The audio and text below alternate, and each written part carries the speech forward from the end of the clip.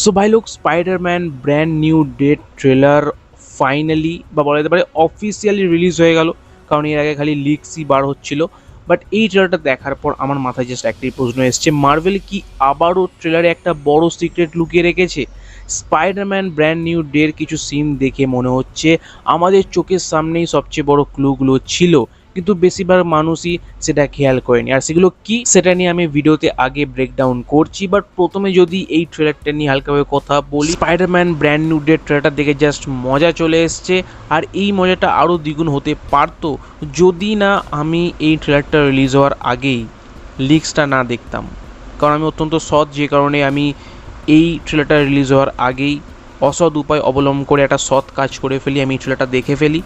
And যে কারণে মানে তেমনভাবে মজা আসেনি। অ্যান্ড এই প্রপার ট্রেলারটাই কিন্তু তখন লিক হয়েছিল, যে কারণে সেই জেনুইন ফিলটা যেটা ফার্স্ট ইমপ্রেশনে আসে সেইটা আমি ফিল করিনি। বাট ওভারঅল ট্রেলারটা দেখে ডাইরেক্ট মজা চলে আসে। অ্যান্ড ট্রেলারের ভেতর সেই সব জিনিসগুলো ছিল যেগুলো স্পাইডারম্যানকে ম্যাচিওর করে তোলে। তার রিলেশনশিপ প্রবলেমস, তার নিজের লাইফের প্রবলেম, তার নিজের পাওয়ার সে নিজে কন্ট্রোল করতে পারছে না তার প্রবলেম, মানে চারিদিকে শুধুমাত্র প্রবলেমস। অ্যান্ড তারই মাঝে যেভাবে স্পাইডার নিজের প্রবলেমগুলোকে ফেস করে এগিয়ে যাবে নিজের লাইফে, সেটাই হবে এই স্পাইডারম্যান ব্র্যান্ড নিউ ডে মুভির সবথেকে বড় পয়সা ওসুল জিনিস। অ্যান্ড এইবার যদি ট্রেলারটা নিয়ে আমি ব্রেকডাউন করি, স্করপিয়নের সাথে স্পাইডারম্যানের একটা বড় ফাইট হবে, যেখানে স্পাইডারম্যান প্রথমবার তার ভেতরে যে মিউটেশন সেটাকে ফিল করবে। আর এটা মেবি মুভির শুরুর দিকেই হবে, যেখানে সে প্রথমবার নিজের ভেতর থাকা পাওয়ারটাকে ফিল করবে। আর ওই মোমেন্টটাই স্পাইডারের জন্য একটা ছোট্ট মশাল ছিল, যেটা পরে গিয়ে দাবানলে কনভার্ট হবে।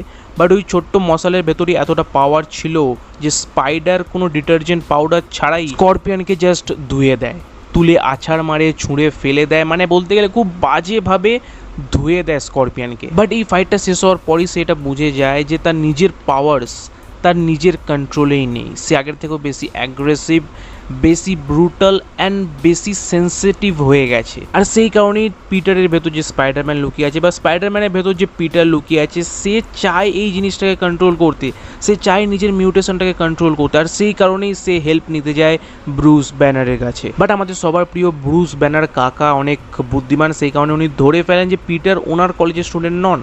বাট উনি ওনার মেশিন, মানে হাতে থাকা যে মেশিনটা ছিল সেটা পিটারকে দেখান। অ্যান্ড সেই মেশিনটা তুমি যদি হালকা একটু জুম করে দেখো তো তুমি দেখতে পাবে যে সেই মেশিনটা বানিয়েছে স্টার্ক ইন্ডাস্ট্রিজ, মানে টনি স্টার্ক কোনো একটা সময় সেই মেশিনটা বানিয়েছিল।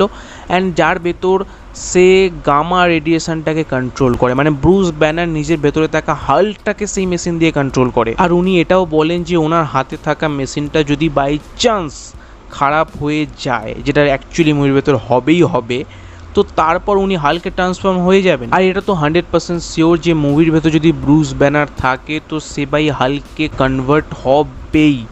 আর এই মুভির ভেতর তার অন্যতা হয়নি। আর এই কাজটা করবে স্যাডি সিং, যাকে মার্ভেল আপাতত এই ব্র্যান্ড নিউ ডে ট্রেলারের ভেতরও রিভিল করেনি।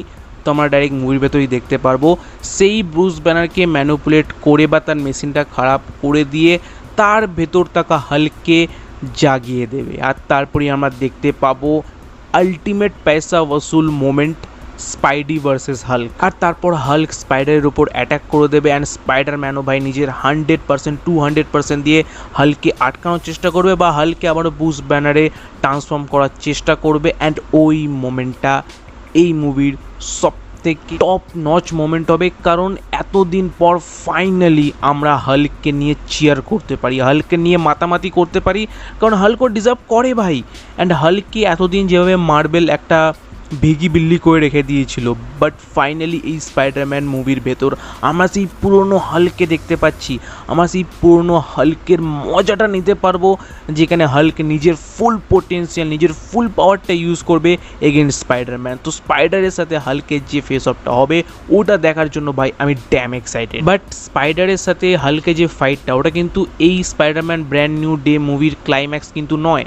কারণ ক্লাইম্যাক্স যতক্ষণ আসবে তার আগে কিন্তু পিটার নিজের পাওয়ারগুলোকে বুঝতে স্টার্ট করে দেবে। অ্যান্ড ক্লাইম্যাক্স এসে যখন সে নিজের ভেতর থাকা মিউটেশন পাওয়ারটাকে কন্ট্রোল করবে, সেইখানে সে ওই লাল যে নিনজাওয়ালা ছিল সিনটা এই ট্রেলারের ভেতর, সেই সব নিনজাদের সাথে ফাইট করবে ক্লাইম্যাক্সে, যেখানে সে এই লাল নিনজাদের সাথে লড়বে অ্যান্ড নিজের ভেতর থাকা পাওয়ারটাকে নিজে কন্ট্রোল করার চেষ্টা করবে। আর স্পাইডারকে ছেড়ে যদি পিটারের কথায় আসি, তো পিটারের পার্সোনাল লাইফ নিয়ে লোকেদের ততটা ইন্টারেস্ট আছে যতটা ইন্টারেস্ট পিটারের বেস্ট ফ্রেন্ডের ছিল।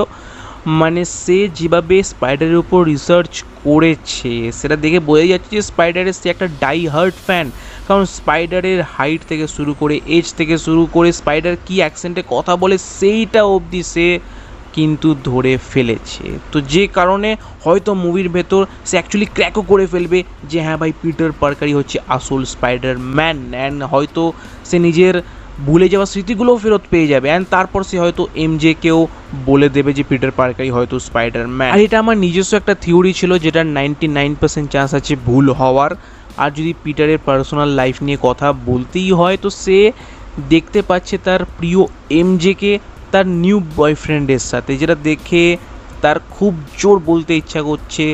সে মন থেকে বলতে চায় এমজেকে তার মনের কথা, বাট সেটা সে বলতে পারছে না, যে কারণে সে কাজছে বিভিন্নভাবে অঙ্গি ভঙ্গি করে বলার চেষ্টা করছে, বাট সে প্রতিবারই ফেল হয়ে যাচ্ছে। আর এটা আমার মনে হচ্ছে যে এই মুভির ভেতর হয়তো পিটার পার্কার এমজেকে নিজের মনের কথা বলতে পারবে না, কারণ এই একটা মুভি ইনাফ নয় তাদের দুজনকে ক্লোজ নিয়ে আসার জন্য। হ্যাঁ হয়তো তারা ক্লোজ চলে আসবে কারণ মুভির মেকার্সরা চায় শেষে এসে মুভিটাকে একটা ইমোশনাল টাচ দিতে, যে কারণে ডেফিনেটলি পিটার পার্কার এমজে একটু ক্লোজ তো আসবে, বাট পিটারের ভেতর অতটা সাহস এখন অবধি আসেনি যে সে নিজের এমজেকে নিজের মনের কথাটা জানিয়ে দেবে। কারণ এত সহজে একটা মুভির ভেতরে যদি স্পাইডার নিজের এমজেকে পেয়ে যায় তাহলে মজা আসবে না ভাই দেখার, যে কারণে ডেফিনেটলি ডাইরেক্টর এমন একটা পয়েন্টে গিয়ে স্পাইডারম্যান ব্র্যান্ড নিউ ডেটা শেষ করে দেবে, যেখানে দুজনকে লাইক করতে শুরু করেছে বাট কেউ কাউকে এখন অবধি বলতে পারছে না, এটা আমার মনে হচ্ছে।